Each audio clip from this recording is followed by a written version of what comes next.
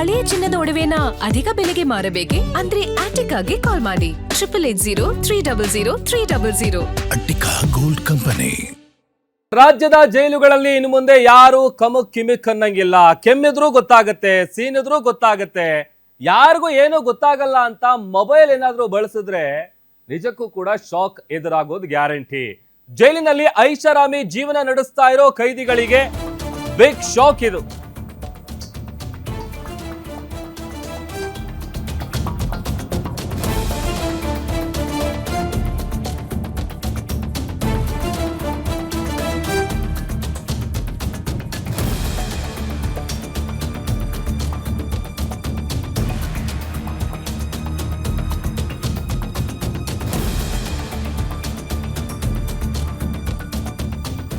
ರಾಜ್ಯದ ಜೈಲುಗಳಲ್ಲಿ ಇನ್ನು ಮುಂದೆ ಯಾರು ಕಮಕ್ ಕಿಮಿಕ್ ಅನ್ನಂಗಿಲ್ಲ. ಕೆಮ್ಮಿದ್ರೂ ಗೊತ್ತಾಗತ್ತೆ, ಸೀನಿದ್ರೂ ಗೊತ್ತಾಗತ್ತೆ, ಯಾರಿಗೂ ಗೊತ್ತಾಗಲ್ಲ ಅಂತ ಮೊಬೈಲ್ ಏನಾದ್ರೂ ಬಳಸಿದ್ರೆ ಒದೆ ಬೀಳುತ್ತೆ. ಜೈಲಿನಲ್ಲಿ ಐಷಾರಾಮಿ ಜೀವನ ನಡೆಸ್ತಾ ಇರೋ ಕೈದಿಗಳಿಗೆ ನಿಜಕ್ಕೂ ಇದು ಬಿಗ್ ಶಾಕ್. ನಟ ದರ್ಶನ್ ಮತ್ತು ಪ್ರಜ್ವಲ್ ರೇವಣ್ಣ ಕೇಸ್ನಿಂದಾಗಿ ಕಾರಾಗೃಹ ಇಲಾಖೆ ಸಿಕ್ಕಾಪಟ್ಟೆ ಅಲರ್ಟ್ ಆಗಿದೆ. ಕಾರಾಗೃಹ ಇಲಾಖೆಯ ಆಧುನೀಕರಣಕ್ಕೆ ಮತ್ತಷ್ಟು ವೇಗವನ್ನ ಸರ್ಕಾರ ಕೊಡ್ತಾ ಇದೆ. ಗೃಹ ಸಚಿವ ಪ್ರಿಯಾಂಕ್ ಖರ್ಗೆಯಿಂದ ಅಕ್ರಮ ತಡೆಗೆ ಹಲವು ಕ್ರಮಗಳನ್ನು ಕೈಗೊಳ್ಳಲಾಗ್ತಾ ಇದೆ.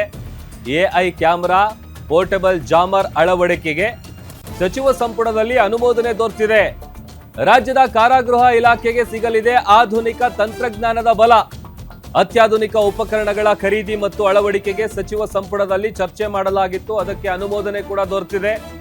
ಕಾರಾಗೃಹಗಳ ಭದ್ರತೆ, ಮೇಲ್ವಿಚಾರಣೆ ಮತ್ತು ಕಾರ್ಯಕ್ಷಮತೆ ಹೆಚ್ಚಿಸುವಂತಹ ಉದ್ದೇಶದಿಂದ ಇನ್ನು ಮುಂದೆ ಕಾರಾಗೃಹಗಳಲ್ಲಿ ಕೃತಕ ಬುದ್ಧಿಮತ್ತೆ ಅಂದ್ರೆ ಎಐ ಆಧಾರಿತ ಕ್ಯಾಮೆರಾಗಳನ್ನ ಅಳವಡಿಸಲಾಗತ್ತೆ. ಜೊತೆಗೆ ಪೋರ್ಟಬಲ್ ಸಿಗ್ನಲ್ ಜಾಮರ್ಗಳನ್ನು ಕೂಡ ಅಳವಡಿಸಬೇಕು ಅಂತೇಳಿ ತೀರ್ಮಾನ ತೆಗೆದುಕೊಳ್ಳಲಾಗಿದೆ. ಕೈದಿಗಳಿಗೆ ದೂರವಾಣಿ ಕರೆ ವ್ಯವಸ್ಥೆಯನ್ನು ಕೂಡ ಅಳವಡಿಸಲಾಗುತ್ತೆ. ಅಂದ್ರೆ ಪ್ರಿಸನರ್ ಕಾಲಿಂಗ್ ಸಿಸ್ಟಮ್. ಈ ಮೂಲಕ ಅನಧಿಕೃತ ಚಟುವಟಿಕೆಗಳನ್ನ ತಡೆಯೋದಕ್ಕೆ ಸರ್ಕಾರ ಈ ರೀತಿಯಾದಂತ ಕಟ್ಟುನಿಟ್ಟಿನ ಕ್ರಮವನ್ನ ಜಾರಿಗೆ ತರೋದಕ್ಕೆ ಮುಂದಾಗ್ತಾ ಇದೆ. ಇದೇ ವಿಚಾರಕ್ಕೆ ಸಂಬಂಧಪಟ್ಟಂತೆ ಸುದೀರ್ಘವಾದಂಥ ಚರ್ಚೆ ಕೂಡ ಆಗಿತ್ತು. ಸಂಪುಟದಲ್ಲಿ ಇದಕ್ಕೆ ಅನುಮೋದನೆ ಕೂಡ ದೊರೆತಿದೆ.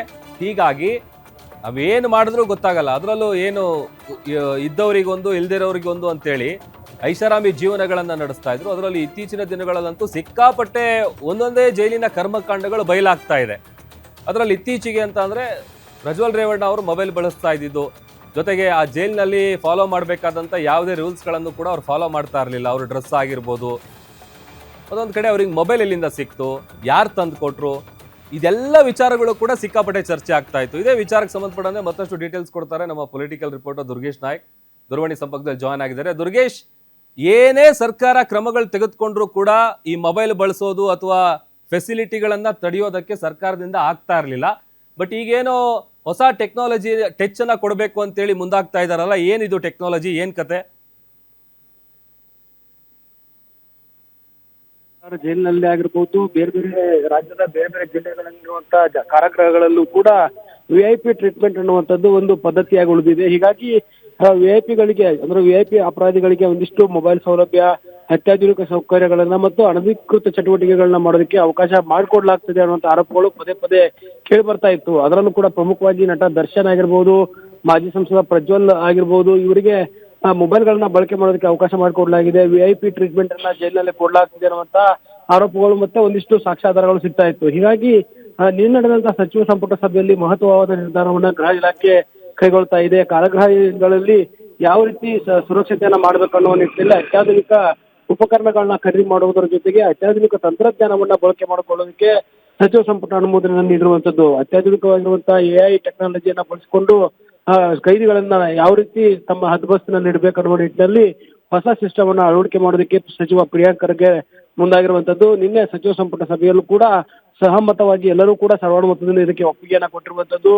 ಒಂದಿಷ್ಟು ರಾಜಕಾರಣಿಗಳು ಕೂಡ ಜೈಲಿಗೆ ಹೋದಾಗ ಅವ್ರಿಗೂ ಕೂಡ ವಿಐಪಿ ಟ್ರೀಟ್ಮೆಂಟ್ ಅನ್ನ ಕೊಡ್ಲಾಗತ್ತೆ, ಎಲ್ಲ ಸೌಲಭ್ಯಗಳನ್ನ ಕೊಡ್ಲಾಗತ್ತೆ ಅನ್ನುವಂಥದ್ದು ಇಲ್ಲಿ ಬಹಳ ಮುಖ್ಯವಾಗಿ ಚರ್ಚೆ ಆಗ್ತಿರುವಂತದ್ದು. ಯಾಕಂದ್ರೆ ಹೊರಗಡೆ ವಿಐಪಿಗಳಾಗಿದ್ದವರು ಜೈಲಿಗೆ ಹೋದ ಬಳಿಕ ಅವರಿಗೆ ಎಲ್ಲರಂತೆ ಇರಲು ಆಗೋದಿಲ್ಲ ಅನ್ನುವಂಥದ್ದು ಕೂಡ ಇರುತ್ತೆ. ಹೀಗಾಗಿ ಒಂದಿಷ್ಟು ದುಡ್ಡು ಕೊಟ್ಟು ಅಧಿಕಾರಿಗಳನ್ನ ದುರ್ಬಳಕೆ ಮಾಡಿಕೊಂಡು ಅನಧಿಕೃತ ಚಟುವಟಿಕೆಗಳನ್ನ ಮಾಡ್ತಾರೆ ಅನ್ನುವಂತ ಮಾಹಿತಿ ಆಧರಿಸಿ ಎಐ ಟೆಕ್ನಾಲಜಿ ಮತ್ತು ದೂರವಾಣಿ ಸಂಪರ್ಕ ವ್ಯವಸ್ಥೆಯನ್ನ ಮಾಡೋದಕ್ಕೆ ಮತ್ತೆ ಜಾಮರ್ಗಳನ್ನ ಅಳವಡಿಕೆ ಮಾಡುವಂತದ್ದು ಬಹಳ ಮುಖ್ಯವಾಗಿ ಜಾಮರ್ಗಳನ್ನ ಅತ್ಯಾಧುನಿಕವಾಗಿ ಬಳಕೆ ಮಾಡಿ ಈ ಒಂದು ಕೈದಿಗಳನ್ನ ಕಂಟ್ರೋಲ್ ಅಲ್ಲಿ ಇಡಬೇಕನ್ನುವ ನಿಟ್ಟಿನಲ್ಲಿ ಸಚಿವ ಸಂಪುಟ ಅತ್ಯಾಧುನಿಕ ತಂತ್ರಜ್ಞಾನಕ್ಕೆ ಒಂದು ಮೊರೆ ಹೋಗಿರುವಂತದ್ದು. ಇನ್ಮೇಲೆ ಈ ರೀತಿಯ ತಂತ್ರಜ್ಞಾನದ ನಡುವೆಯೂ ಕೂಡ ವಿಐಪಿಗಳು ಯಾವ ರೀತಿ ಟ್ರೀಟ್ಮೆಂಟ್ ಗಳನ್ನ ಪಡೆದುಕೊಳ್ತಾರೆ ಅನ್ನುವಂಥದ್ದನ್ನ ಕಾದುನೋಡಬೇಕಾಗತ್ತೆ. ಸಚಿವ ಪ್ರಿಯಾಂಕ್ ಖರ್ಗೆ ಗೃಹ ಸಚಿವರಾದ ಬಳಿಕ ಹಲವಾರು ಕ್ರಮಗಳನ್ನ ಕೈಗೊಳ್ತಿರುವ ನಡುವೆ ಪ್ರಜ್ವಲ್ ಅವರ ಬ್ಯಾರಕ್ನಲ್ಲಿ ಮೊಬೈಲ್ ಸಿಕ್ಕಿರುವಂತದ್ದು. ಹೀಗಾಗಿ ಇದೆಲ್ಲದಕ್ಕೂ ಕೂಡ ಬ್ರೇಕ್ ಹಾಕ್ಬೇಕನ್ನುವ ನಿಟ್ಟಿನಲ್ಲಿ ಈಗ ನಿನ್ನೆ ನಡೆದಂತ ಸಚಿವ ಸಂಪುಟ ಸಭೆಯಲ್ಲಿ ಎಐ ಟೆಕ್ನಾಲಜಿ ಮತ್ತು ಜಾಮರ್ಗಳನ್ನ ಪೋರ್ಟೇಬಲ್ ಜಾಮರ್ಗಳನ್ನ